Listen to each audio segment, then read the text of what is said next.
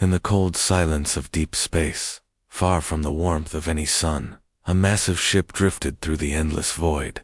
It was unlike anything the galaxy had ever seen, a colossal vessel that seemed to dwarf even the largest stars in its path. This was the Eclipse, humanity's greatest achievement and its most intimidating weapon. Every inch of its surface gleamed with advanced technology, every corner bristling with weapons capable of obliterating entire planets. But for now, it moved quietly, its engines humming softly as if it were holding its breath. On board the Eclipse, Captain Ryan Carter stood alone in the observation deck, staring out at the endless expanse of stars. His hands rested lightly on the railing, his fingers tapping absent-mindedly against the cool metal. He wasn't nervous. Ryan Carter didn't get nervous, but he couldn't shake the weight of what lay ahead. For decades, Earth had dreamed of this moment, first contact with intelligent alien life. Now, after years of preparation and countless simulations, they were finally here. And yet, nothing could have prepared him for the reality of it. Behind him, the door slid open with a soft hiss. Lieutenant Emily Dawson stepped inside, her boots making barely a sound on the polished floor. She paused for a moment, watching her captain before speaking. "Sir," she said, her voice steady but respectful, "we're picking up faint signals from the third planet." Ryan turned slowly, his sharp blue eyes meeting hers. "Faint signals?" he asked, raising an eyebrow. "Yes, sir. They're weak, but definitely artificial. Could be them." Emily hesitated, then added, "It's possible they've been monitoring us since we entered the system." Ryan nodded thoughtfully. That made sense. The Eclipse wasn't exactly subtle. Even cloaked, its sheer size would have been impossible to miss.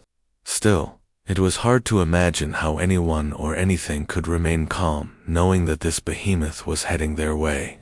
Humanity had spent centuries building up to this point, pouring all its resources into creating something so powerful that no one would dare challenge it. And now, here they were, about to meet another civilization face to face. "Have Dr. Hayes take a look at those signals," Ryan instructed. "I want to know exactly what we're dealing with before we make our move." Emily nodded and turned to leave, but Ryan called after her, "And tell the crew to stay sharp. We don't know who or what we're walking into." "Yes, sir," she replied, disappearing back through the door. As the observation deck fell silent again, Ryan returned his gaze to the stars. Somewhere out there, beyond the vast emptiness of space, another species waited. Were they peaceful, hostile, curious, terrified? There was no way to know until they made contact. All Ryan could do was prepare for every possibility and hope that humanity's first impression wouldn't end in disaster. Back in the communications bay, Dr. Alan Hayes leaned over his console, his brow furrowed in concentration. A linguist by trade, Alan was used to decoding languages, but this was different. These weren't words or sentences. They were patterns of sound and light, shifting and evolving in ways that defied logic. Beside him, Lieutenant Dawson watched intently, her arms crossed over her chest. "Anything yet?" she asked, breaking the silence. Alan shook his head without looking up. "Not yet. Whoever or whatever is sending these signals, they're not making it easy for us." The room buzzed with activity as technicians worked tirelessly to filter out background noise and isolate the signal. Screens flickered with data streams, graphs, and waveforms, each one more complex than the last. Despite the chaos, Alan remained focused, his mind racing through possibilities. He had studied dozens of theoretical alien communication methods during his training, but none of them matched what he was seeing now. After nearly an hour of frustration, something clicked. A pattern emerged, a sequence of tones, followed by bursts of light. Alan froze, his heart pounding. Slowly, he began piecing together the fragments, translating them into something resembling meaning. When he finally spoke, his voice trembled with excitement. "They've acknowledged us," he said, turning to Emily. "They know we're here." The news spread quickly throughout the ship. Crew members exchanged nervous glances, their excitement tempered by uncertainty. First contact was happening right now, aboard the Eclipse. No one knew what to expect. On the bridge, Captain Carter listened intently as Emily relayed the update. "They've sent some kind of greeting," she explained. "Dr. Hayes is working on deciphering it, but it's clear they're aware of us." Carter stroked his chin thoughtfully. "Good. Let's not keep them waiting." With that, he gave the order to send a response, using the universal protocols established by Earth's diplomatic corps. The Eclipse transmitted a simple message: "We come in peace. We seek understanding." For several tense minutes, there was no reply. The crew held their breath, waiting for any sign of acknowledgement. Then, suddenly, the screens lit up with a new transmission. It wasn't in words or sounds, but rather a series of intricate symbols accompanied by harmonic tones. The message was beautiful, almost musical, yet undeniably alien. "What does it mean?" Carter demanded, his voice tight with anticipation. Alan hesitated, still analyzing the data. "It's complicated, but I think it's a form of introduction. They're trying to communicate." The bridge erupted in murmurs of amazement. Humanity's first interaction with extraterrestrial life was unfolding before their very eyes. Yet beneath the excitement lay a deeper unease. What did these aliens want? Were they truly interested in peace? Or was this just a prelude to something darker? As the hours passed, the crew continued decoding the alien message. Piece by piece, they began unraveling its meaning. It spoke of curiosity, of a desire to learn and share knowledge. But it also hinted at caution, a warning, perhaps, of dangers lurking in the unknown reaches of space. Captain Carter paced the bridge, his mind racing. Everything depended on how humanity responded. One wrong move, and they could spark a conflict that might ripple across the stars. On the other hand, showing weakness could invite aggression. Striking the right balance was crucial. Finally, he stopped and addressed his officers. "Send another message. Tell them we're ready to meet, face to face." The decision sent ripples through the crew. Some were eager to take the next step, while others voiced concerns about safety. But orders were orders, and preparations began.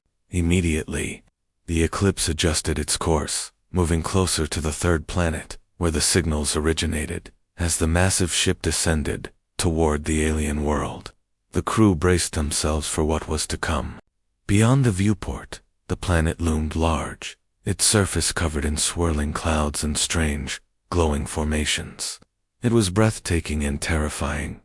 Captain Carter stood at the helm, his expression unreadable. Whatever happened next would change everything, not just for humanity, but for the entire galaxy. And as the Eclipse entered orbit, he couldn't help but wonder, were they ready for this?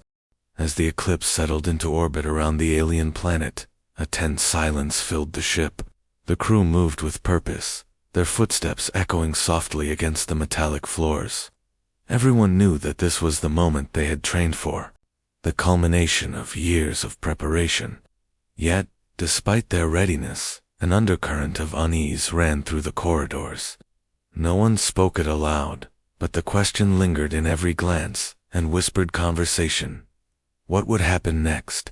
Captain Ryan Carter stood on the bridge, his sharp eyes scanning the screens displaying data from the planet below.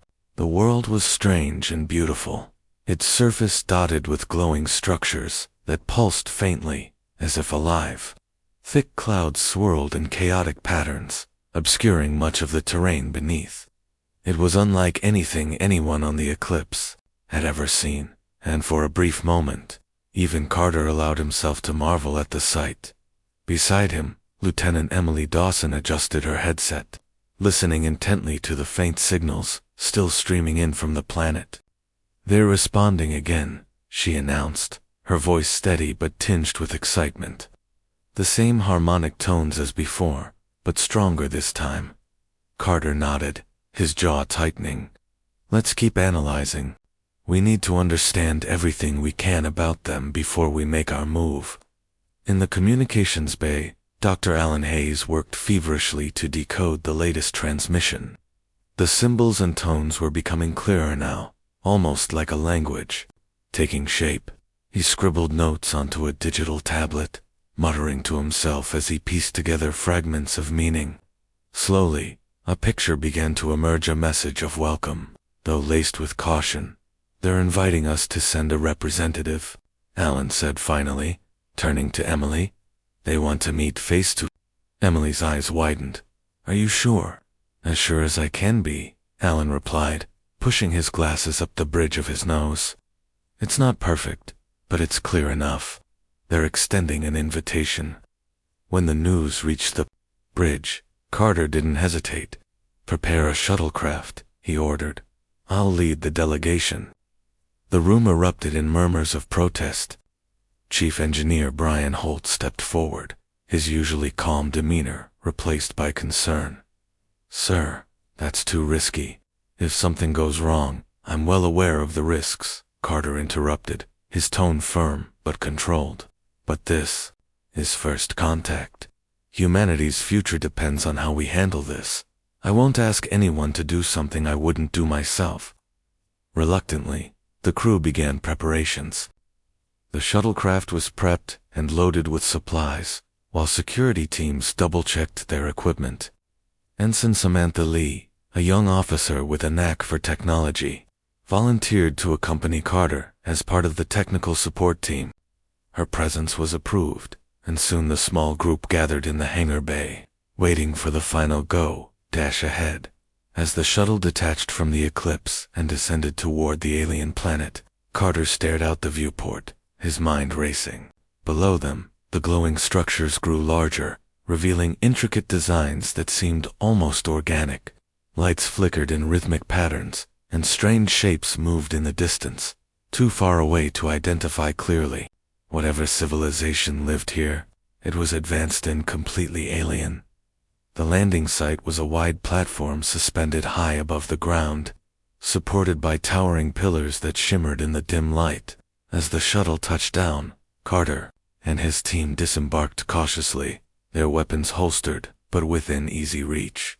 The air was thick and humid, carrying a faint metallic scent. Above them, the sky churned with dark clouds, casting eerie shadows across the landscape. A figure emerged from one of the nearby structures, its form tall and slender, with elongated limbs and a smooth, iridescent exoskeleton. Its head, or what appeared to be its head, was dominated by large, multifaceted eyes that glimmered in the dim light. Behind it, several others followed, each moving with deliberate grace. They stopped a short distance away, studying the humans with obvious curiosity. "This is it," Carter whispered to his team. "Stay alert." One of the aliens stepped forward, raising a limb in what seemed to be a gesture of greeting. Carter mirrored the motion, lowering his hands slowly.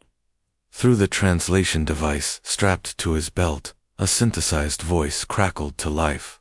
"We are Valith. You are human." "Yes," Carter replied, his voice calm and measured. "We come in peace. We wish to learn." The alien tilted its head slightly, its movements fluid and precise. "You are strong, powerful. Others fear you." Carter hesitated, unsure how to respond. Was this a warning, an observation?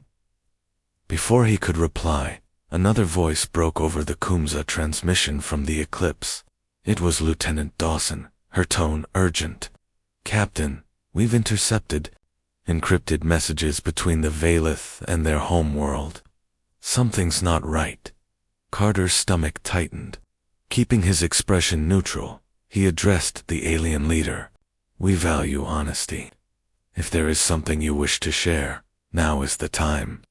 The alien hesitated, then gestured toward the structure behind it. "Come, speak inside." The invitation felt like both an opportunity and a trap. Carter glanced at his team, silently weighing the risks. Finally, he nodded. "Lead the way." As they followed the Valith into the structure, Carter couldn't shake the feeling that they were being watched. The interior was vast and cavernous, filled with bioluminescent panels that cast a soft glow over everything. Strange machinery hummed quietly, and the air vibrated with energy. Despite the beauty of the place, there was an undeniable tension in the atmosphere. They were led to a circular chamber where more Valith awaited. At the center of the room stood a holographic projection, a map of the surrounding star system, with markers indicating various fleets. Carter's heart sank as he realized what he was looking at. These weren't just the Valith. Other species were gathering, forming a coalition. "Why show us this?" Carter asked, his voice carefully neutral. The Valith leader responded, its synthesized voice cold and clipped. "Your arrival has caused fear. Many believe you are a threat. They seek to act against you." Carter clenched his fists, forcing himself to remain composed. "We don't want conflict, but we will defend ourselves if necessary." The alien regarded him silently for a long moment, then gestured toward the map once more. "Choose wisely. Human, your actions will decide your fate and ours." Back on the Eclipse, Lieutenant Dawson relayed the findings to the rest of the crew. The situation was dire. Rumors of humanity's technological superiority had spread rapidly across the galaxy, sparking panic among less advanced civilizations. Some saw the Eclipse as a harbinger of conquest, while others viewed it as a potential ally. The lines between friend and foe were blurred, and trust was in short supply. As the hours passed, the crew prepared for the worst. Defensive systems were brought online, and contingency plans were reviewed. Captain Carter returned to the ship, his expression grim. He called a meeting with his senior officers, laying out the facts as they knew them. "We're walking a tightrope," he said, pacing the briefing room. "If we show weakness, we'll be overrun. If we show too much strength, we'll confirm their fears. We need to find a middle ground." Chief Engineer Holt suggested deploying the Eclipse's experimental energy shield, a demonstration of power that wouldn't escalate hostilities. "It'll let them know we're serious without firing a shot," he explained. Carter considered the idea, nodding slowly. "Do it, but keep it contained. We don't want to provoke anyone unnecessarily." As the order was carried out, the Eclipse activated its energy shield, bathing the surrounding space in shimmering waves of light. The effect was immediate. On the planet below, the Valith emissaries froze, their eyes fixed on the massive ship hanging in orbit. Across the galaxy, news of humanity's display of power spread like wildfire. Some species saw hope in humanity's potential as protectors, while others grew more fearful. Despite the tension, Carter remained focused. First contact had been made, but the real challenge lay ahead. Humanity's place in the galaxy hung in the balance, and every decision mattered. As he gazed out at the stars once more, Carter reminded himself why they were here, not to conquer, but to connect. And with that thought, he steeled himself for whatever came next. The energy shield of the Eclipse shimmered in the darkness of space, its glow casting an otherworldly light across the alien planet below. The Valith emissaries stood frozen on their platform, their multifaceted eyes reflecting the pulsing waves of energy. For a moment, it seemed as though time itself had stopped. Then, slowly, the leader of the group turned to Captain Carter and spoke. Its synthesized voice, low and measured. "You are stronger than we thought," the alien said, its tone unreadable. "But strength alone does not bring peace." Carter met the creature's gaze without flinching. "We didn't come here to intimidate anyone," he replied. "We came to talk, to understand. But we also won't let fear dictate our actions." The Valith tilted its head slightly, a gesture that might have been curiosity or skepticism. Behind it, the other members of its delegation exchanged subtle movements, their body language impossible for the humans to fully interpret. It was clear that the aliens were weighing their options, trying to decide whether humanity posed a threat or an opportunity. Back on the Eclipse, Lieutenant Emily Dawson monitored the situation from the communications bay. She had intercepted more encrypted messages between the Valith and their homeworld, each one more alarming than the last. The coalition forming against humanity was growing stronger, with several species pledging ships and resources to confront the Eclipse. Some of the transmissions hinted at plans to attack, while others urged caution, warning of humanity's rumored technological prowess. Emily replayed one of the messages, her brow furrowed in concentration. "This doesn't sound like idle chatter," she muttered to herself. "They're planning something big." She forwarded the data to Dr. Alan Hayes, who was still working tirelessly to decode the alien language. When he saw the latest batch of intercepted signals, his expression darkened. "It's worse than we thought," he said, turning to Emily. "They're scared of us, but not just because of our weapons. They think we're unpredictable, dangerous." Emily sighed, rubbing her temples. "Great. So now we're dealing with paranoia on top of everything else." Meanwhile, aboard the shuttlecraft returning to the Eclipse, Ensign Samantha Lee reviewed footage of the meeting with the Valith. She noticed small details that had gone unnoticed in the heat of the moment: tiny movements, changes in posture, shifts in light patterns emitted by the aliens' exoskeletons. To her trained eye, these subtle cues suggested tension within the Valith ranks. Some of them seemed hesitant, almost reluctant, while others appeared eager to act. "Captain," Samantha said cautiously, leaning forward in her seat, "I think there's dissent among the Valith. Not everyone agrees with how they're handling this." Carter glanced at her, his sharp eyes narrowing slightly. "Explain." Slightly nervous under his scrutiny, Samantha pointed to specific moments in the footage. "Look at this one. Here, see how the leader hesitates before responding. In this one they glance at each other like they're debating something internally. I think some of them might be willing to negotiate, but others, well, they're ready for a fight." Carter nodded slowly, absorbing her observations. If what Samantha said was true, then perhaps there was still room for diplomacy. But first, they needed to address the growing hostility brewing beyond the Valith system. The coalition forming against them wasn't just a rumor anymore. It was a reality. On the bridge of the Eclipse, Captain Carter convened another emergency meeting with his senior officers. The mood was somber, the weight of the situation pressing down on everyone. Chief Engineer Brian Holt stood near the main console, his arms crossed over his chest. Lieutenant Dawson sat at her station, her fingers flying over the controls as she updated the crew on the latest intelligence. Even Dr. Hayes joined the discussion, his notes spread out in front of him. "We're running out of time," Carter began, his voice firm but calm. "The coalition is mobilizing faster than we anticipated. We need to show them that we're not here to conquer, but we also can't afford to look weak." Holt raised a hand slightly, drawing attention to himself. "What about the energy shield? It worked earlier. It sent a message without firing a shot. Maybe we could use it again, but on a larger scale." Dawson shook her head. "That might backfire. If we push too hard, we'll confirm their worst fears. They already see us as a threat. Escalating now could trigger an attack." "Then what do you suggest?" Carter asked, his tone neutral but probing. Dawson hesitated, then spoke carefully. "We could try reaching out directly to the coalition, not just the Valith.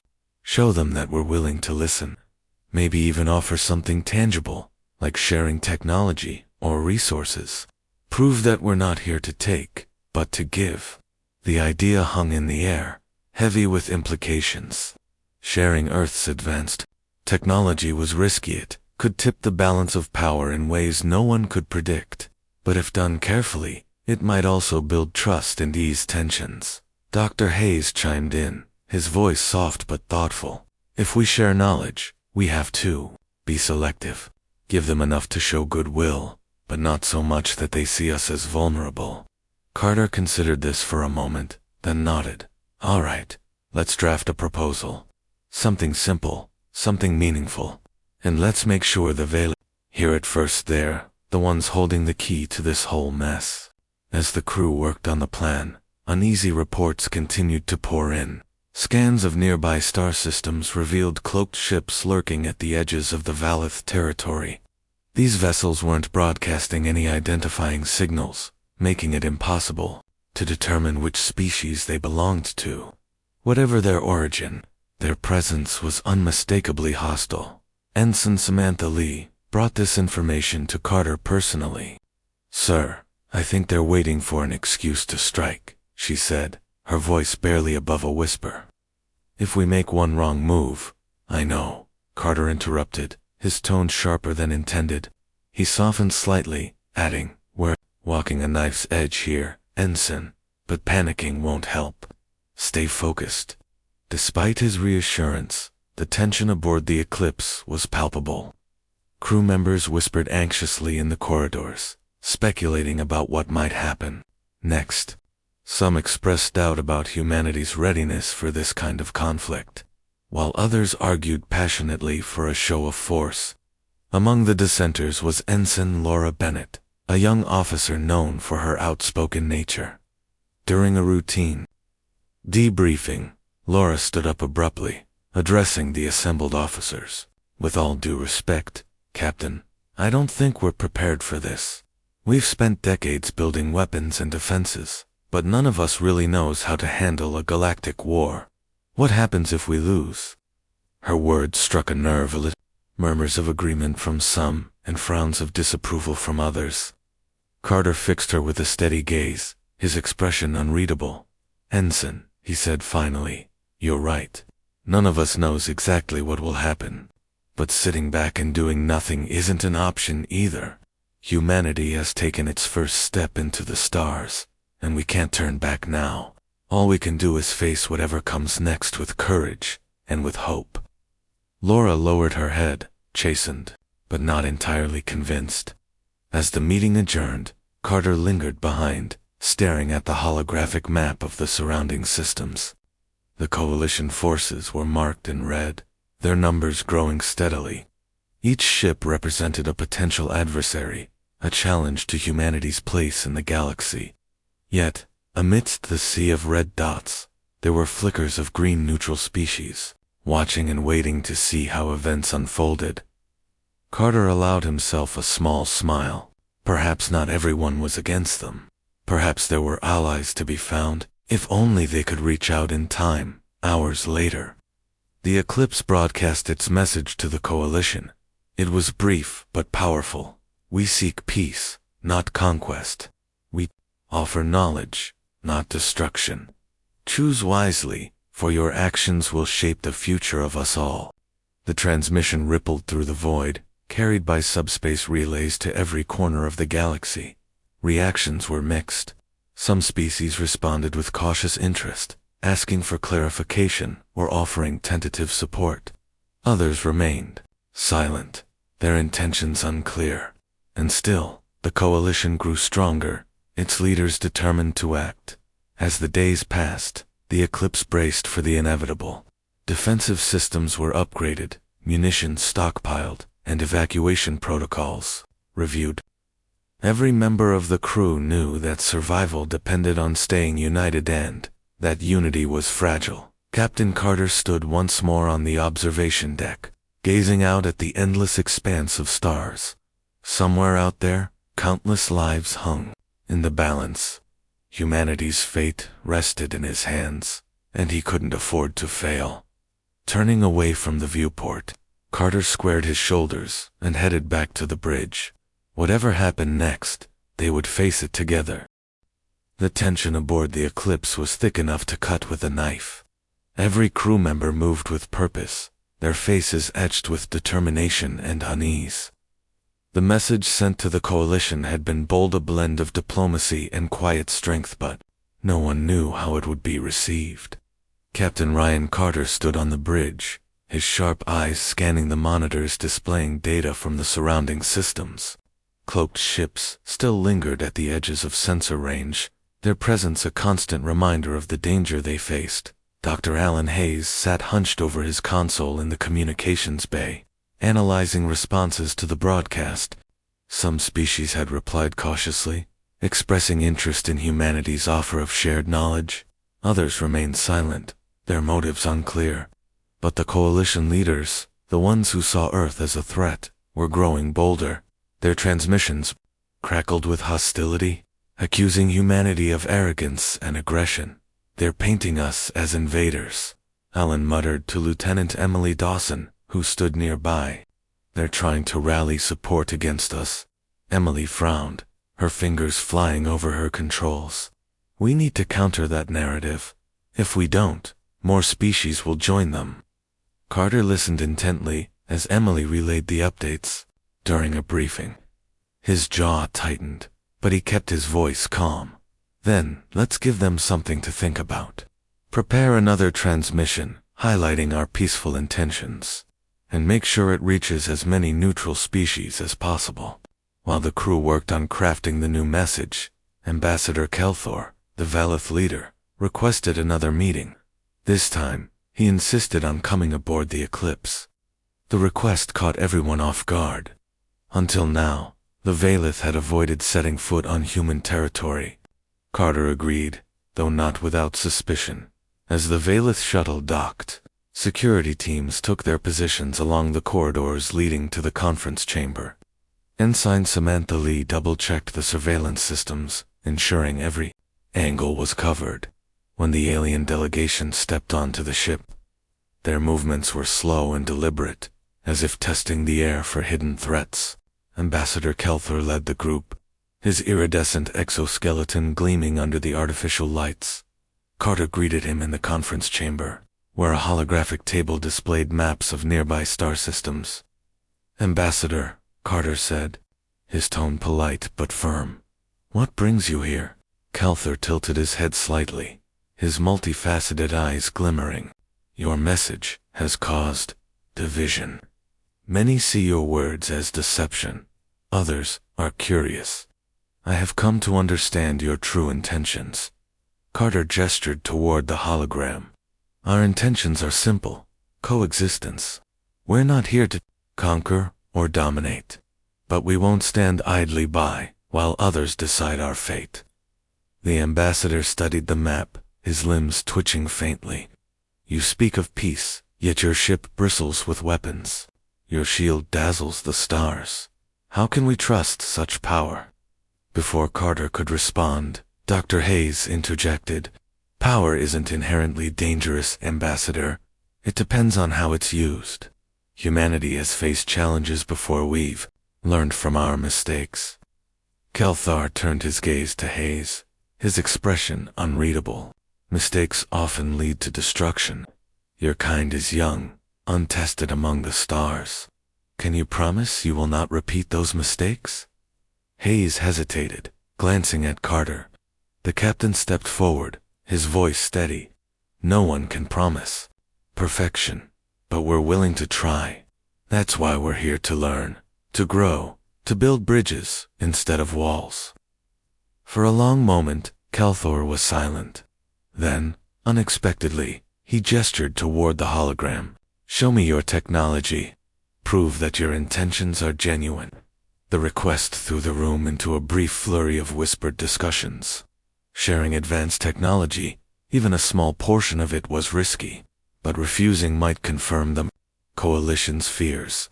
Carter weighed the options carefully before nodding. "Very well, but this is a gesture of goodwill, not submission." Under heavy supervision, the humans demonstrated several non-lethal technologies, including energy-efficient propulsion systems and medical advancements. Kelthor observed closely, his body language betraying hints of fascination and skepticism. When the presentation ended, he spoke again, his synthesized voice tinged with something resembling respect. "You are indeed capable of great things," he admitted. "But greatness often breeds envy. Be warned, there are those who will not rest until your light is extinguished." With that ominous statement, the ambassador departed, leaving the crew of the Eclipse to ponder his words. Carter immediately called another meeting with his senior officers. The mood was tense but focused. "He's warning us, Chief Engineer," Brian Holt said, pacing the briefing room. "The Coalition is planning something big." Lieutenant Dawson nodded grimly. "I've intercepted more encrypted messages. They're coordinating an attack. Multiple fleets are converging on our position." Carter's fists clenched, but he forced himself to stay calm. "How much time do we have?" "Not enough," Dawson replied. "A few days, maybe less." Ensign Samantha Lee raised a hand tentatively. "Sir, what if we use the cloaked ships to our advantage? If we know where they are, we can strike first, disrupt their plans before they fully mobilize." "No," Carter said firmly. "We're not starting a war. Not unless we have no other choice." Holt leaned forward, resting his elbows on the table. "Then what's the plan, Captain?" "Sit here and wait for them to hit us." Carter shook his head. "We prepare. Activate the energy shield permanently. Arm all defensive systems. And keep broadcasting our message, especially to the neutrals. If we can convince even a fraction of them to side with us, it might tip the scales." The crew sprang into action, working around the clock to fortify the eclipse. Engineers reinforced the hull, technicians calibrated weapon arrays, and communications specialists sent out wave after wave of transmissions. Meanwhile, Carter walked the corridors, speaking to his crew members individually. He wanted them to feel heard, to know that their efforts mattered. "You're doing great work," he told Ensign Laura Bennett, who had been helping monitor the cloaked ships. "Keep it up." Laura managed a small smile, though her hands trembled slightly. "Thank you, sir. I just hope it's enough." "It will be," Carter assured her, though doubt gnawed at the edges of his mind. Back in the observation deck, Carter stood alone once more, staring out at the stars. The galaxy stretched endlessly before him, vast and indifferent. Somewhere out there, countless lives depended on the decisions he made. Humanity's future hung in the balance, fragile and uncertain. As he gazed into the void, a thought struck him. Fear was universal. Whether human or alien, every species sought safety, survival, and meaning. Perhaps that shared vulnerability could be the key to bridging the gap between them. Turning away from the viewport, Carter squared his shoulders and headed back to the bridge. Whatever happened next, they would face it together, not as conquerors, but as explorers. And with that resolve, he prepared to meet the storm head-on. The Eclipse hummed with activity as its crew worked tirelessly to prepare for the coming storm. The energy shield now enveloped the massive ship in a shimmering cocoon of light, a constant reminder of both their strength and their vulnerability.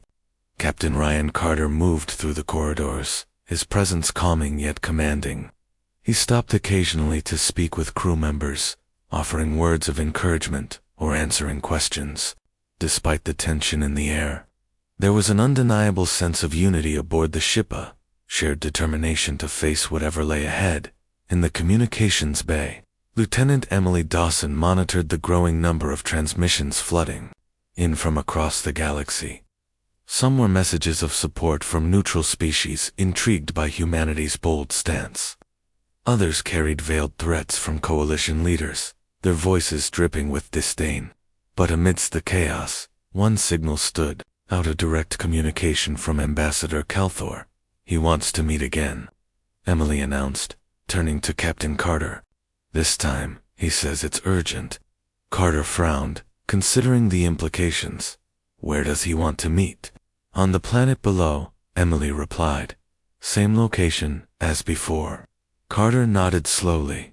"Prepare a shuttle. I'll go down myself."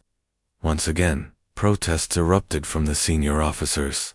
Chief Engineer Brian Holt was the most vocal, his concern evident. "Sir, this could be a trap. We can't risk losing you." "We don't have a choice," Carter said firmly. "If Kelthar has information that could help us, we need to hear it. And if it is a trap, well, we'll deal with that when it happens." With preparations underway, Carter selected a small team to accompany him, Lieutenant Dawson for communications, Dr. Alan Hayes for translation, and Ensign Samantha Lee for technical support. As they boarded the shuttlecraft, each member of the delegation checked their equipment one final time. Weapons were holstered, but ready, and portable scanners were powered up to monitor for any signs of danger. The descent to the alien planet felt longer this time, the weight of uncertainty pressing down on everyone. When the shuttle touched down, on the glowing platform, the Valeth emissaries were already waiting. Their leader, Ambassador Kelthor, stepped forward without hesitation, his movements fluid and deliberate. "You came," he said, his synthesized voice carrying a hint of surprise. "I did not expect such bravery or foolishness." Carter ignored the jab, his expression impassive. "You said it was urgent. What do you want?" Kelthor gestured toward the structure behind him. "Come inside. There are things you must see." The humans exchanged uneasy glances, but followed the alien leader into the cavernous interior. The bioluminescent panels cast shifting patterns of light across the walls, creating an almost hypnotic effect. They were led to a chamber deeper within the structure, where a large holographic display dominated the space. Images flickered across the projection maps, schematics, and symbols that seemed to pulse with energy. "This is the Coalition's plan," Kelthor explained, pointing to the hologram. "They intend to strike at your weakest point, your allies among the neutrals." Carter's eyes narrowed. "What allies?" "Most species haven't taken sides yet." "Exactly," Kelthor replied. "But some have begun leaning toward you. The Coalition fears your influence will grow. To stop it, they plan to attack those who show interest in your cause." Dr. Hayes leaned closer to the hologram, studying the details intently. "This is more than just a military strategy. It's psychological warfare. They're trying to isolate you, and it might work," Kelthor added grimly. "Without allies, you will stand alone against overwhelming numbers." Carter straightened, his mind racing. If what Kelthor said was true, then humanity's only hope lay in protecting the neutral species, who had shown even a glimmer of trust. But how? The Coalition's forces were vast, and the eclipse couldn't be everywhere at once. "What do you suggest?" Carter asked, turning back to the ambassador. Kelthor hesitated, his body language betraying a rare moment of uncertainty. "There may be a way. A faction within the Coalition opposes the attack. They believe war with you would bring ruin to all. If you can reach them, perhaps you can sway their decision." Lieutenant Dawson spoke up, her voice steady despite the gravity of the situation. "How do we find them? And how do we know they won't betray us?" "They will reveal themselves when the time comes," Kelthor said cryptically. "But act quickly. Time is running out." Back on the Eclipse, the crew scrambled to process the new information. Captain Carter called an emergency meeting with his senior officers, laying out the stakes clearly. "We need to protect the neutrals," he said. "If we lose them, we lose everything."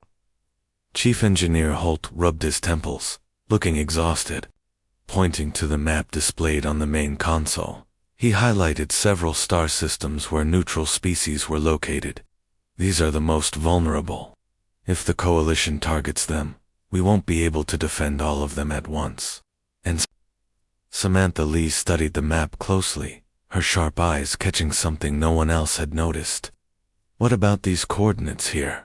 she asked, tapping a spot near the edge of the system. "It's empty, but it's strategically positioned. If we set up a decoy fleet here, we could draw their attention away from the neutrals." Carter considered the idea, nodding slowly. "A distraction. Risky, but it might buy us enough time to reinforce the others." Dr. Hayes chimed in, his tone cautious but hopeful. "And if Kelthor's rogue faction makes contact, we might have a chance to turn the tide diplomatically." With the plan taking shape, the crew sprang into action.